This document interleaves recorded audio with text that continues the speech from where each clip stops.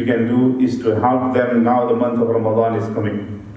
Many of them are intense. Just yesterday I received a message from a family that was saying that we had changed 4 camps.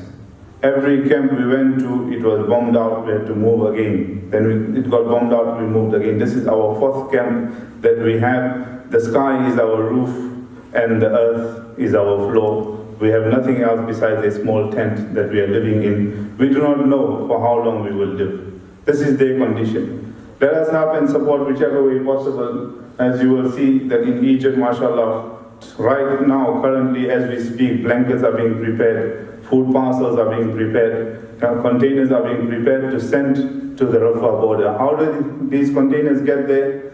There's rumors going out that don't send anything, nothing is coming, there's no point helping. These are rumors. If the Muslim world will not help the Muslims of Palestine, who is going to help? If we all stop helping, then who is going to help? The idea is to build that pressure on the border so much so that they open the borders for the aid to go through. So containers get ready, they are passed on to Red Crescent and as well as UNRWA, UN, and certificates are granted from there. Thereafter, these containers go 40 kilometers into Israel because they also want to see that we have sent the right things and we have nothing wrong is going through. So they certify this entire container to see that it is only food or it is only water or it is only clothes, etc. And then it comes back out into Egypt, and then the container waits at the border, the Rafah border, for approximately 20 to 25 days. Sometimes 18 days if we are lucky. After 20 to 25 days, the turn comes for the container to get into the Gaza region. As soon as the container reaches, the container has less than 24 hours to offload and come back. So the drivers are under pressure, everyone is under pressure, but yet, alhamdulillah, the Muslim world is piling up the containers as much as we can at the border.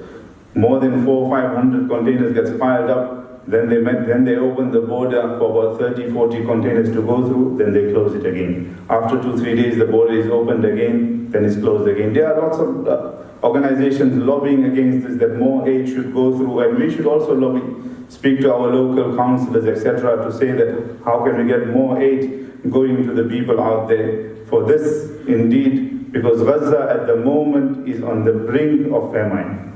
Famine is around the corner. Gaza at the moment, diseases have already been outbroken. There's no local hospitals. There's certain containers that are being sent that will provide them with clinical products and medical products. But because there's no local hospitals, some of them, they do not even know what to do with these medicines. So my dear respected brothers and students, without taking much of your time, I've been only given 20 minutes. First and foremost, I would say, let us make dua.